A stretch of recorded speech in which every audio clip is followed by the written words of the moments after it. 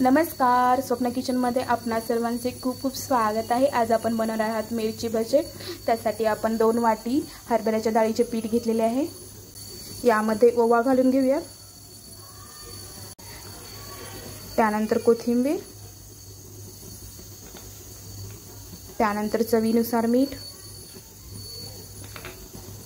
त्यानंतर थोडीशी हळद घालून घेऊया, त्यानंतर मिरचीमध्ये मसाला भरून घेऊया, लागेल तसं पाणी घालून फेटून घेऊया।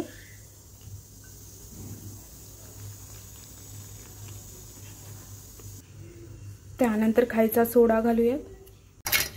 मिरचीमध्ये मसाला भरून घेतलेला आहे।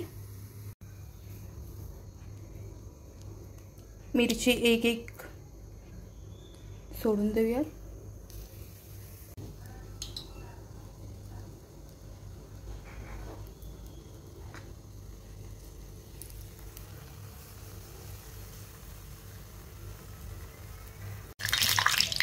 छानपैकी दोन्ही साइडनी तळून घेऊया।